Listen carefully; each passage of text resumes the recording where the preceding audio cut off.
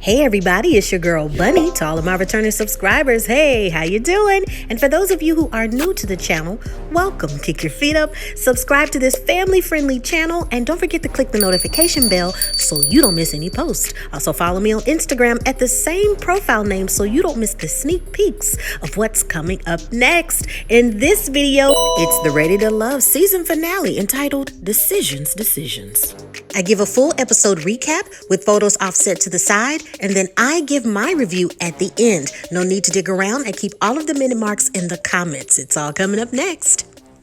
Tommy has invited everyone to a brunch, and it's surreal that this process is coming to a close. Donovan and Carmen share amazing vibes with some laughs. The energy indeed in the room with everyone is a big change from the last brunch. There were several misunderstandings and a lot of comments that were made that made people feel very uncomfortable. DaKiya says to production that everything is going smooth with Paul, but I'm still trying to figure us out. Will he be more of an essence in my life? Cliff and Carmen compliment each other's connections. It's been an emotional roller coaster for everyone. Carmen says to production that I have tunnel vision with Donovan and he's a wonderful man, although Sabrina mentioned some concerns that need to be addressed. When it comes to Joi and Cliff, she breaks the news to Donovan that she's leaving for Mexico in about a week. Joi says to production that when this process is over, Cliff and I will jump right into a long-distance relationship. Tommy arrives and it's good to see everyone. He updates them all that Sabrina and Demetrius have decided to end their journeys.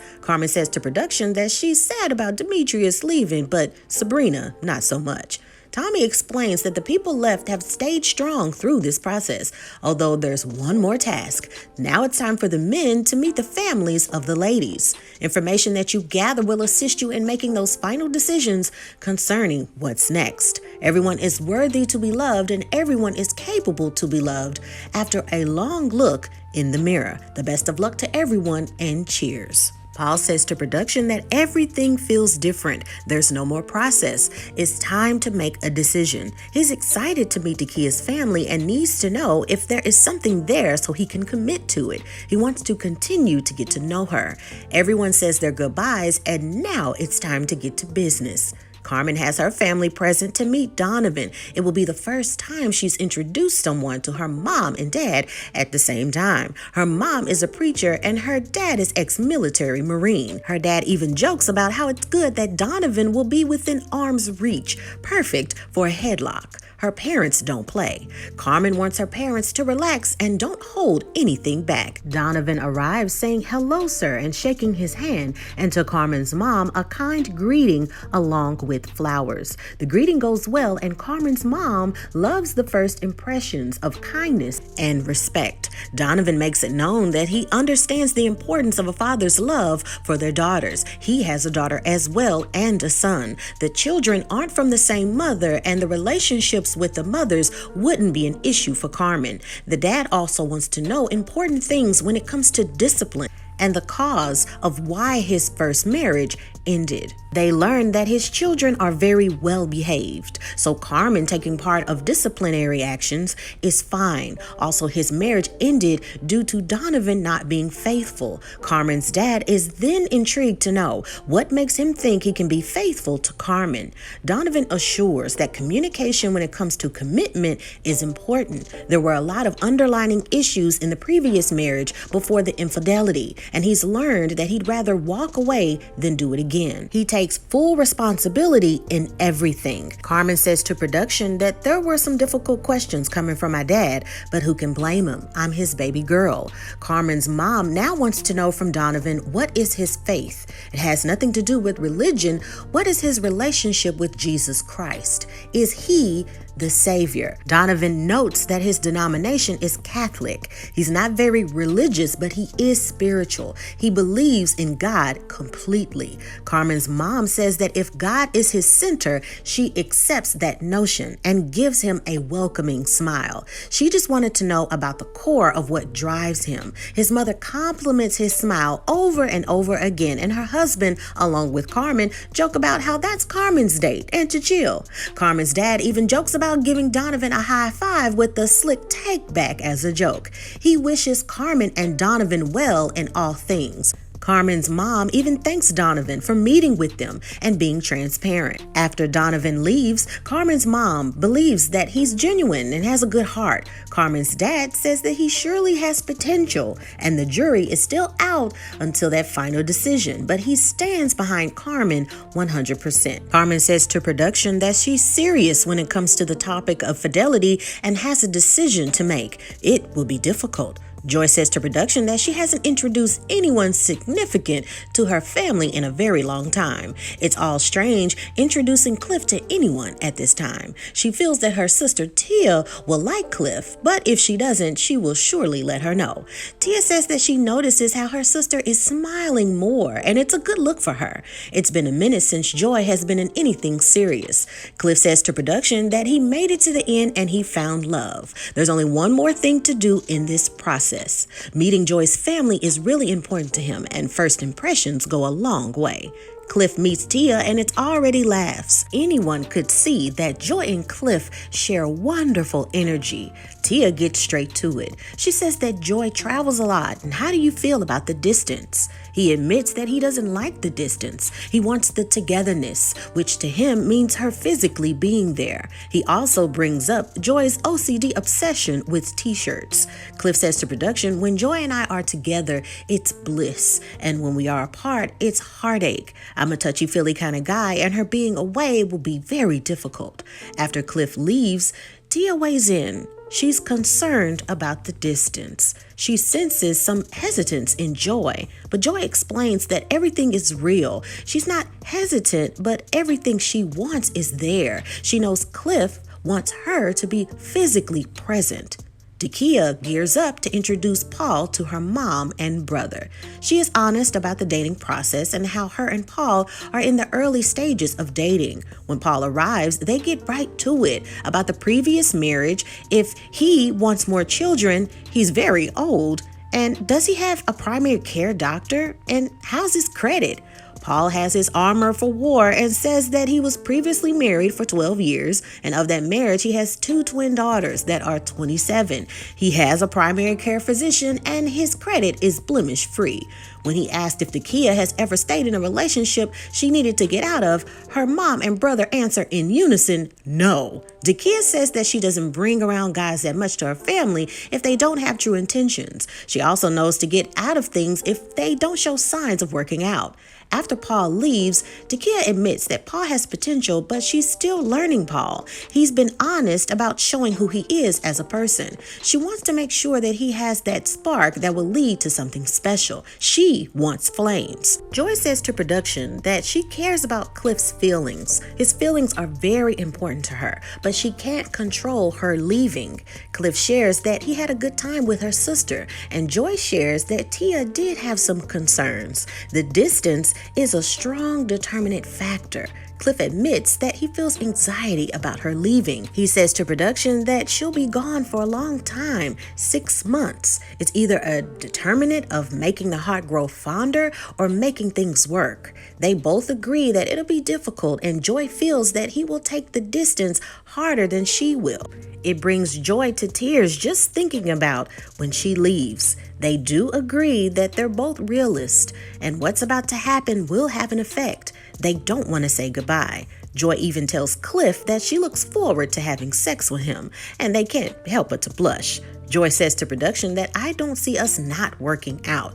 I will fight tooth and nail to maintain what we have. If the ball gets dropped, it won't be her fault. At the beginning of this journey, we brought together 14 singles from Potomac, 7 men and 7 women who were looking for love. I requested that everyone view quality over quantity and embrace the process. There were even new curveballs added to the journey. Today, the final couples have placed their cards on the table to decide to commit to a relationship or continue their journey by themselves. They've set a time and a place to make their decisions face to face to know if they are ready to love. Donovan says this is it. It's time to share the feelings about how you feel about that other person. Carmen is excited and ready for this moment. Paul says it's the final day and he's nervous. Dating DaKiya feels good, but getting romantically involved is hard because it was in such a short span of time. I don't know what I'm gonna do or say in this moment. Cliff is ready. He's been waiting for this day to move forward. The distance will be difficult, but it's obvious where his heart is. Joi is loving the view, the ambiance, and wanting to take off Cliff's trench coat. DaKiya says that this journey was rough for her, and she's been looking for someone to protect her heart. Paul has done that, but she's nervous about what he's gonna say. Paul starts off by saying that he, from the first moment, knew that DaKiya had his eyes locked in. The first one he had eyes on, and the last. All the men missed out on a wonderful woman. His decision is that he chooses himself. He wants an opportunity to allow their process to continue in the real world. DaKiya says the same thing as well, and they both agree not to rush into something if it's not genuine. They want something real. They are both hopeful for love, real love. Donovan says to Carmen, "You're smart, beautiful, and your ambition is amazing. Also, our connection is amazing. I choose you as the person that I want to continue this journey with. I hope you choose me as well." He even wants to surprise her with something special. He invites her to an open trip to wherever she wants to go. Carmen is happy to say that she feels the same way. He makes her laugh, they have true connection, he's a handsome man, amazing, and she wants to continue the journey with him. She looks forward to everything and their amazing trip. They share a passionate kiss, and Don and Carmen say to production that they're excited and ready for their future. Cliff says that since day one, he had his eyes set on Joi. When they played Truth or Dare, it was evident where they stood. When they went to the retreat, people got the message, if they didn't understand it before, about their love. He's choosing Joi, but wants her to answer in a special way. He holds out a sign reading, "Choose me, yes or no." He even brings a marker for her to make a decision. If she says no, he made a sign that read, "We'll work for food." Joi says yes, and they share several kisses. Joi says that it's been a long time since she's been treated in such care and tenderness. From the beginning, she saw the best friend in Cliff. In his arms, she feels safe. She chooses him and has chosen him since the first day. Cliff says to production that he's happy the show provided him with the opportunity to find love. The season ends showing their final kisses and hugs. Joi says to production that if you're open to love and you believe that you're worthy, love will happen. And that is the end of the season finale. Next time on Ready to Love, the reunion. It's obvious topics that need to be addressed. Laverne and Precious block one another on social media. Joi calling out Sabrina that she was smitten over Tori and emerged into Demetrius, but Sabrina says the emerging was Demetrius, not her. DaKiya says that there was an incident between Eric and her, and Tommy wants to know if Eric misread their connection, and Eric says no. Donovan answers Tommy that things changed between him and Sabrina because he didn't feel that he could trust her anymore. Sabrina fires back, saying that Donovan told her that if he started the process earlier, he would have picked someone else. And Tommy wants to know who.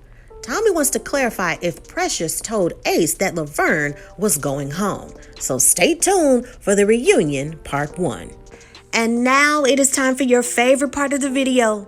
That's right, my review. If you've been following my reviews this entire season, you know that your girl Bunny was correct on each and every person, each situation, each cast member. I dissected, y'all, and got 100% right. I was not wrong about anybody in this season. I have so many receipts on that. I'm gonna have to put a compilation video together just to show all the times where I, call things out about how the fluidity would go. Let's talk about Donovan and Carmen. right? So for a lot of seasons, a lot of people would say or feel, and myself included, that this was who was left and they made do with who was left. So let me tell you why I love Donovan and Carmen, and why I've been team Carmen and Donovan from the beginning. And a lot of people just couldn't stand Carmen, and I broke down why that makes no sense. Okay, so Carmen, since she came in the process, she was open that, of course, she was a curveball. She came in, she only had so much time, and she did what you're supposed to do in this season, which is communicate. Even if that other person's just, when Paul was just like, well, that has nothing to do with what I'm doing and who else I'm dating, that's none of her business. Lies. Okay, this process is about communication and about the connections. Not necessarily you have to get the specifics of every single thing, but saying, hey, I went on a date with this person. Hey, I went out on a date with this person. You keeping them up to date in the process and what you've been doing, your feelings, all the other stuff. So when it comes down to sitting down, nobody's blindsided like a Tory, you know what I'm saying? Or Demetrius, confused about what's going on, and the men having to sit down and have conversations like, okay, so how do you feel about such and such? I mean, is she, showing you initiative? I mean, what's going on? This dumbness of not being able to know what's going on is defeating the whole purpose of this process. You're dating several people at the same time. We've seen several seasons in a row when you don't communicate what happens. Well, this is just totally caught me off guard. How come they didn't say that they weren't interested in me? We've gone on dates, and communication is key. And if you don't like Carmen, you really gotta dissect why you don't like Carmen. Carmen came in and said, I like to touch people. I like to flirt. I want to let them know I'm interested. Putting on the meow mix. For several seasons, I said, as women, as ladies, sometimes you have to bat those lashes, and you know what I'm saying, and kind of sway those curves to just say meow, meow, meow, meow, meow, giving the man, right, the dog catcher, woo, letting him know that, hey, I'm available. I like you. What's good? Harmless flirting. People were annoyed when Carmen would say, oh, feed me that. Let me taste this. This is the flirting and the physical intimacy of saying meow, meow, meow, meow. And if a guy feels like that's a good catch and he's interested, he's going to continue on the chase. Also, when women don't do that or men don't do that on the show, and you hear the complaints of people, well, I need you to show me physically that you're interested, or I need you to show me or have some type of talk letting me know that you're interested in your dating other people, but you're also interested in me at all. Carmen did what you're supposed to do in this process. She came, she saw, she conquered. Okay. Donovan also did the same thing. He communicated that, hey, I'm going to date all these people. I just got here. I need to date all these people at the same time so I can make my selections, and 1, 2, 3, 4, 5, 6, go from there and pick up sticks and figure out who am I having the most connection with. Now, here's the beautiful thing about Carmen and Donovan. They match each other's swag and energy.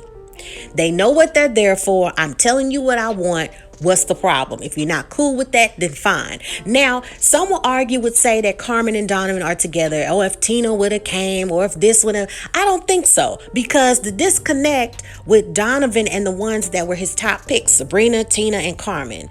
Tina showed her booty cheeks in a lot of stuff and not putting the initiative right even further. Whatever the situation was to where she didn't emotionally be there, that's not Donovan's fault. Whether it's production, whether it's TV, whether it's this or that, Donovan couldn't catch what you couldn't throw. Okay, if there was initiative there, it takes both people to show initiative into each other. That's just a fact. If a guy is chasing and there's nothing back, like a little meow, meow, meow, meow, meow, hi, I see that you chasing me. Why should a guy keep chasing you? Okay, ladies, that's really important. You have to show initiative as well. Men, majority of the time, love the chase. They want to court you. They want to come after you, but you have to do stuff as well. So Donovan and Carmen, when they hopped on the scene, I said those two are going to get together because they match each other's swag. Paul was too soft for Carmen. Paul showed a lot of indications of being not what Carmen wanted. You can tell that Carmen is a very dominant woman, right? And you need somebody to match that energy. You don't want someone that, in her case, that you feel that can be easily pushed around, or you making all the decisions. Donovan shows that ambiance and that essence of, I'm a man, I can take control of this situation. I'm handsome enough, so I'm not intimidated. I'm confident enough, and I'm not intimidated with Carmen's line of work, because I am that dude, that swag and what she needs, and that confidence, not worrying about if her man is not worrying about what she does in her daily life, which is being around people who are millionaires, athletes, all this stuff, right? And her being the CEO of what she's doing. So Donovan matches that. And I said that from the jump. I was like, yeah, he's talking to Sabrina, but Sabrina, she seems like she's always trying to psychoanalyze everybody. And I was correct. I said that Sabrina is her mouth is the fault of her demise, and she self-sabotages a lot. And while she's talking about people not communicating and saying all this other stuff, when it's just like, girl, you trying to build a person. I said in the other view that when she sat down and spoke with Donovan, and she says, well, I feel that he's not ready. I feel that he's not ready to love. And he had a short period of time in dating. When that man sat down with Sabrina, when Donovan sat down with Sabrina and said, I'm ready, I feel, right? He's telling you, I feel. I don't care what you're feeling. I'm assuring that I'm ready for this process. If I wasn't serious, I wouldn't have been here, right? He's telling you that. But instead of listening to it and taking somebody's word as a benefit of the doubt, you wanted to psychoanalyze him. Now Donovan has no interest in you because you steady going back and forth with the petty. Now, Demetrius entertained that with Sabrina, right? He entertained that, listening to her, trying to see where she's coming from, trying to make that initiative. Sabrina goes to him to Demetrius saying, hey, I want blank, blank, and blank. And then Demetrius does that, and it's still not enough. And you are still getting to know one another. So you're self-sabotaging the situation. I said that about Sabrina. I also gifted Sabrina in one of my reviews, messy boots. Do y'all remember that? I said, Sabrina, here are your messy boots. You're messy. And as Iyanla Vanzant would say, you are nice, nasty. You appear to be nice, but behind the scenes, you are nasty. I said from the beginning, it would not surprise me that she is the person in the background, in people's ears, saying stuff. Because as we see at the preview for Reunion Special Part 1, it seems that she has all the tea, and he said, she said, and they said, and that's what I heard, and this and this and this. Well, Donovan told me that. Sabrina, keep wearing your messy boots. I wish Carmen and Donovan well, the people that I said that will be together, and I was correct. Let's move on to DaKiya and Paul. Now, I know it's a lot of people that are Team DaKiya. Oh my gosh, she's so classy. She has so much class for herself, and she's, oh my God, and all the other women on here are this or that. But DaKiya, it's true class. Okay, all right, that's cool. People have different ways, different swags, different way to conduct things. Okay, cool. But I've said about DaKiya what people keep forgetting. DaKiya did, and production did the Jedi mind trick on all y'all. This whole thing. DaKiya and Paul, as I've always said, should have been gone a long time ago. Because let's backtrack and let me remind y'all, DaKiya, when it came to connections, who was she having interest in? Before Eric, right? Before Eric was a curveball, who was DaKiya really vibing with? Okay, like for real. It was a little something between her and Cliff. Okay, and who else? Who else? All right. So Eric comes along, then there's a connection there. And then off camera, unfortunately, some stuff happens. And I went in on the production saying this is y'all's mistake because y'all allow a lot of cast members to have all these conversations over the phone. But we need to see stuff on camera. They need to have them all in one space all the time. Have it like a Big Brother, real world kind of setup. Cameras all over the place, monitoring what they're doing so we can see what's going on. Because when the audience learns of something that happens off camera, it's a he says, she says situation. People self-eliminate, people they leave because of the situation, blah, blah, blah. Okay, so DaKiya and Eric did have the thing going on, and Carmen, she said her and Eric, they had a business relationship and they really never took it there, trying to get to know each other. Okay, but because of the situation with business, they never went forward with trying to, get to know each other like that, because they had to conduct business.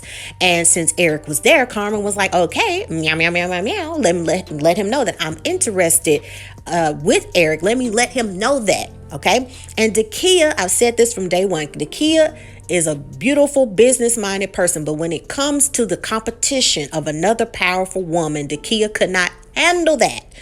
We saw that from day one with Carmen, and especially when Eric was listening to the meow, meow, meow with Carmen and really digging her, you could see the intimidation that DaKiya had with Carmen. Perfect example, when they were in the kitchen, when DaKiya and Eric were in the kitchen, he was cooking and they were talking, and then Carmen came along like, hey, what's up? Which is what everybody does in this competition in all seasons. If they see you talking with somebody else, it's been several times where people will come in there and say, well, hey, what's up? How y'all doing? Can I talk to him or can I talk to her? What Carmen did is what a lot of people do. And DaKiya says, well, I'm going to leave and I'm going to whatever, right? Okay. And she felt some type of way. Period. That is a fact. DaKiya, in every situation, when they play truth or dare, instead of asking another man a truth or dare question, which clearly at that dinner, she couldn't ask Cliff nothing. Who else was she going to ask a question to? Okay. Instead of directing it towards Cliff and getting to know him, she asked Carmen, all right, do you have a connection with anybody here? Is it real? Is it genuine? Carmen was always on her mind from the jump. Okay, as this is my competition. All right. DaKiya. This is what I've said. You knew wholeheartedly that there wasn't anybody else there that you was really building a connection with. Okay. And because people were dropping like flies in this cast, the crew knew and production knew we've got to keep some people around. That's just the fact. Okay, we've got to keep some people around. We've got to keep the inches. Well, we're going to have like 4 people here. Let's keep DaKiya, because there was a little something with Cliff. Then we go to the retreat situation. She's thinking that, okay, maybe I can sway Cliff, but Cliff and Joi already had their connection going. They was already locked in. And that's why you caught some feelings and some tears when Cliff was just like, well, I thought I was going to hang with you, but I really just started hanging out more with Joi. And then after that, you knew there wasn't anybody that you're going to connect with. So the default for DaKiya was Paul. Also, Paul was supposed to be gone long time ago. Paul was connecting with who? Who else? If Paul was connecting with Tina really wasn't digging Paul like that when they were getting to know one another. Okay. Not as much as Donovan. Okay. Not as much as Donovan. So let's backtrack on that. Paul was saying F-boy stuff from the beginning, okay? He was the guy that was super annoying at the beginning of the season. And somehow, some way with Jedi powers, y'all forgot that. Y'all forgot that Paul was not desired by anybody. It was like, okay, Tina had an interest in him. Okay, and who else? Even Joi was just like, I told Paul, I don't like you like that. Okay? Carmen was like, I'll give him a chance, because you got to remember, she was new to the situation and hadn't had a chance to really get to know him like that. Tina wanted to get to know him like that because she was new to the process. Paul should have been gone a long time ago. Paul's make comments about DaKiya that she's classy and the guy would be this, but you also saying comments like, Carmen looked like she liked to be thugged out at the 9, and I'm PO and I can deliver and I'm this and I'm that. And well, Carmen was the old me and DaKiya is the new me. What? Y'all are not listening and putting 2 and 2 together. The math ain't mathing on these personalities. And if you look at the true fluidity of how people behaved, you know what I mean? DaKiya really was like, man, let me try to stick in here and make it work. The fact that DaKiya was feeling the way that she was feeling, and Paul, so late in the process, and y'all been here from the beginning. Paul and DaKiya was there from the beginning, and y'all saying, well, I'm still trying to get to know somebody. No, you should have self-eliminated a long time ago. That's facts. Paul, you knew you wasn't digging DaKiya like that. I believe that you said something to Carmen. I do believe that you said that you wasn't digging DaKiya like that, because the way that you was all up on Carmen, okay? Then your feelings started to change when you noticed that Tia was gone. Now you was like, well, dang, now let me act like I'm really all about DaKiya. I'm team DaKiya all day. DaKiya, you know you wasn't feeling Paul like that. You know this. Then her stuff started to change. The way that she used the way she started to speak even started to change. Well, no. Now I know that, I'm still trying to get to know him. And do I feel that way about him now? But you were so Team Paul after y'all had the little ruffling of the feathers, right? When Carmen brought you the tea about something he said. Now all of a sudden you Team Paul. Come on now. Just stop it. I'm going to choose me in the end. And y'all knew without a doubt that y'all should have been gone. Or y'all should have self-eliminated a long time ago. Now let's talk about Joi and Cliff. Now I said that they have this connection, but I felt that like it wouldn't work. Now look, I wish the best for anybody. I wish nothing but love and happiness. I want people to be in love, enjoy each other, and enjoy life. But when it comes to Joi and Cliff, let me remind y'all again. Let me take y'all out of the Jedi trance and help y'all to focus. Joi has a career where she's gone all the time. And I always said that she seems as if she would choose her career over anything, because if anything, if their relationship really wanted to full blossom and turn into something for real, people have to make sacrifices. When it comes to love, you have to make sacrifices. If you know that Cliff is touchy-feely and he wants you physically there, you see the heartbreak, you see this and that, then you start to have, okay, if this is real, if it blossoms into a relationship later on, there would have to be sacrifice of how long she's gone. Because think about it, Cliff has a daughter, I think. He has a child, and he has to stay pretty settled when it comes to having a foundation for the child, right? School, friends, family, etc.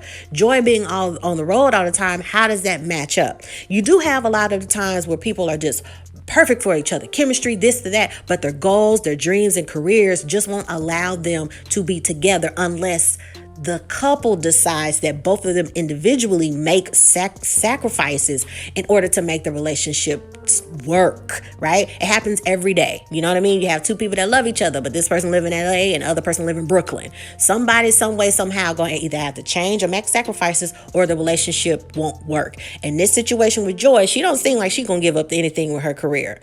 And Cliff is so emotionally invested, right? To where he's feeling anxiety when she's gone. He feels brokenhearted when she's not around. Those attachments there. But Joi, she's used to being on the road touring. She can kind of control those emotions of being away. Even her sister mentioned it.